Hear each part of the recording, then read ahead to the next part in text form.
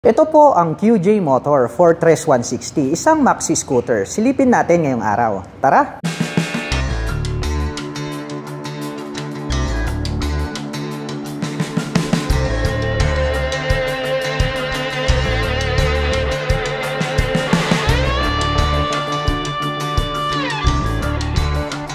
Ito po ang QJ Motor Fortress 160. Isa po itong maxi scooter at talagang very attractive ng kanyang body and design. Dito po sa bandang harapan, naka V-shape design po pala ito in glossy white color. At sa bandang itaas, nagkaroon po siya rito ng diamond shape na butas na kung saan may nakalagay naman po rito na QJ Motor logo. Silipin naman po natin ito pong kanyang main headlight. Wow, napakabangis po pala nito pong kanyang headlight dahil gumagamit po ito ng dual projector lights dito sa kabila at ganun din po sa magkabila. Kaya asahan po natin na talagang maliwanag yung buga ng kanyang ilaw. At mayroon pa po siya ritong mga ilaw na pahaba dito sa magkabila, which is yan naman po yung kanyang passing light. At nagkaroon naman po siya rito ng dalawang pangil, medyo matulis din in black color. Silipin naman po natin dito sa bandang itaas. Dito po pala located ito pong kanyang mga turn signals. Ayan o, pahaba. At ang kagandahan niyan, LED na po lahat ng kanyang ginagamit para po dito sa kanyang lighting system. Mayroon naman po itong clear color na visor. Hindi po yan adjustable. Medyo mataas din po siya. Ang kagandahan niyan, nakakapag-reduce din po yan ng patig pagdating sa mga malalayong biyahe. Dahil napipigilan niya po yung hangin na hahampas sa ating katawan. Dumako naman po tayo rito sa bandang ibaba. Silipin natin ito pong kanyang front telescopic fork. Black color naman po siya. Nagkaroon po siya rito ng bilog na added reflector lights. White color naman po ito pong kanyang front fender. At ito po pala ay gumagamit ng single rotor disc brake na flower design with 2-pot caliper na QJ motor. At ito pong kanyang cast wheel is para po siyang star design na black color. At ito naman pong kanyang gulong ay CST ang brand. At mayroon naman po itong sukat na 110 by 80-14. Mapunta naman po tayo rito po sa kanyang side profile. Nagkaroon po pala rito ng minimal decal na black tsaka red. At may QJ motor naman po na logo rito sa bandang gitna.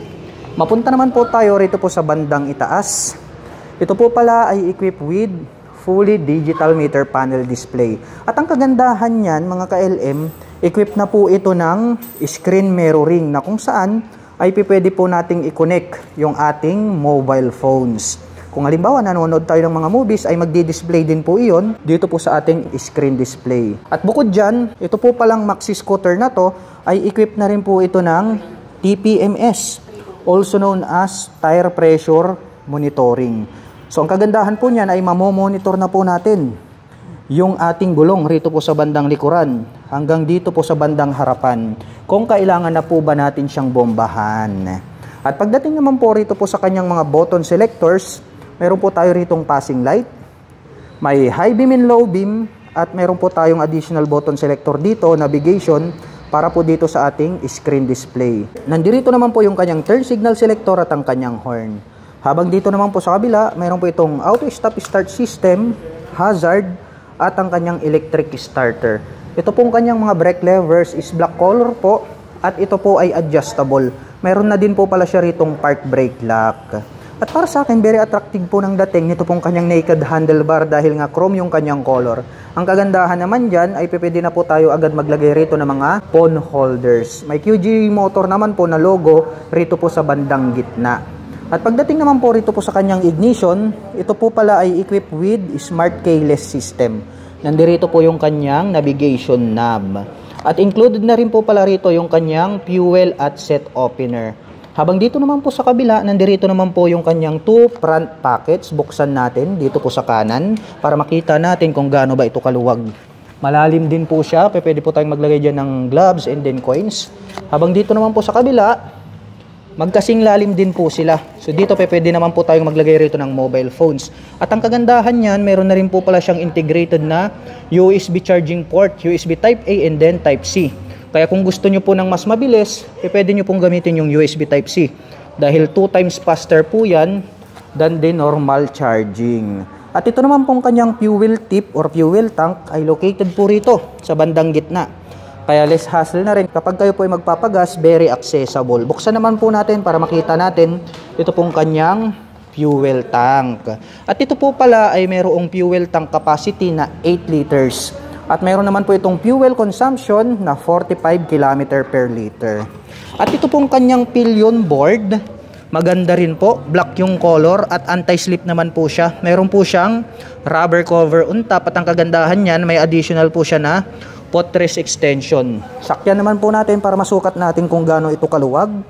Saktong-sakto lang naman po itong ating mga paa. At pwede po nating i-stretch ang ating mga paa kapag nangangalay na po tayo sa mga malalayong biyahe. Yun ang kagandahan ng scooter na mayroong footrest extension. At ito pong kanyang upuan, malapad din po siya. Single color lang naman po ito na matte black color. So rough naman po siya, kaya anti-slip, di kadudulas rito. Yung pagkakatahi, matibay.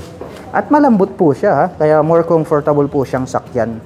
Buksan naman po natin ito pong kanyang underseat compartment para maipakita ko sa inyo kung gaano po kaluwag itong kanyang seat storage. Malug na rin po siya, sa tansya ko kasya naman yung half face helmet dito at marami na din po tayong mailalagay dito ng mga personal belongings.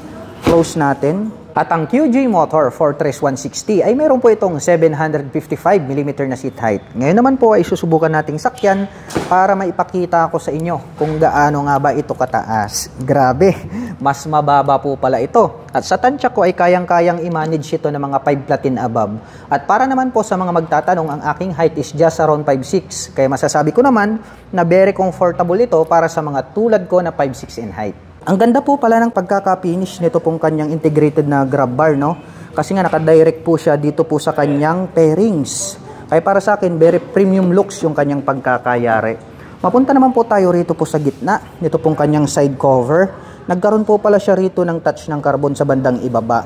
Habang dito naman po sa bandang itaas, may makikita naman po tayo rito na Fortress 160. 3D emblem po yan, chrome color, kaya very attractive sa ating mga paningin. Dito sa bandang itaas, may minimal decal po rito na red and then black color. At ito naman pong kanyang pillion step para sa ating back rider. Chrome color po siya, diecast, kaya not fadable at hindi po yan nagrarust. Black color naman po ito pong kanyang side stud at ang kanyang center stand. Dumako naman po tayo rito po sa kanyang engine. Two-tone color combination po pala ito pong kanyang engine cover na gray color. May naka-intact po rito na QJ Motor. At ito naman pong kanyang airbox cover filter is matte black. At nakalagay naman po rito is hybrid. Dahil nga po itong kanyang engine design ay naka-hybrid na po siya. Mapunta naman po tayo rito sa bandang likuran. Silipin naman natin itong kanyang taillight. Wow, grabe. Napakalapad po pala ito pong kanyang taillight. At included na rin po pala rito yung kanyang mga turn signals. Nagkaroon naman po siya dito ng added reflector lights at mayroon na rin po itong plate light. At ito naman pong kanyang napakalapad na rear fender, ang kanyang nagsisilbing plate holder. Pagdating naman po rito sa kanyang rear suspension, ito po pala ay equipped with dual shock absorber. Glossy black naman po yung ginamit para po sa kanyang coil spring. At mayroon na din po itong integrated na mudguard para po maiwasan natin na matalsikan ng putik at madumihan yung other body parts nitong ating scooter. At pagdating naman po sa kanyang cooling system, ito po pala ay equipped with liquid cooled. Kaya maaasahan po natin ang scooter na ito pagdating po sa mga malalayong biyahe. Dahil nakadesign po siya pang long rides driving purposes. Ito naman pong kanyang stock pipe, two-tone color combination. Nagkaroon ng silver color dito, matte black hanggang dito sa kanyang tip. At mayroon naman po itong single exhaust. Silipin naman po natin ang kanyang rear braking system. Equipped po ito ng single rotor disc brake na flower design with single pot caliper na matte black color. CST po yung brand name nito pong kanyang rear wheel. At ang sukat naman po ng kanyang gulong, rito po sa bandang likuran, ito po ay mayroong sukat na 130 by 70-13. At idagdag ko lang, ito po pala ay equipped with ABS. Naka-dual channel ABS po ito. So ang kagandahan naman po niyan, pagdating po sa mga sudden stop, kapag ating pinihit ang ating mga preno ay hindi po maglalak.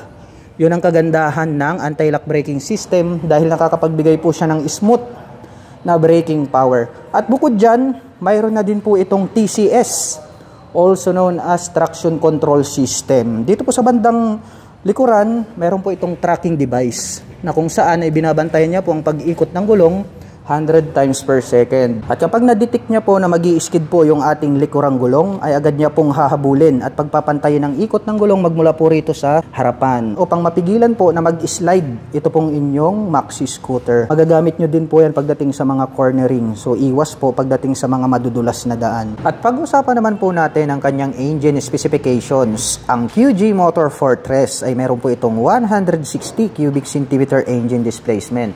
Naka single cylinder, single overhead cam, 4-stroke with 4 valve. At nakakapag-provide naman po ito ng maximum power na 11.8 kW at 8,500 RPM.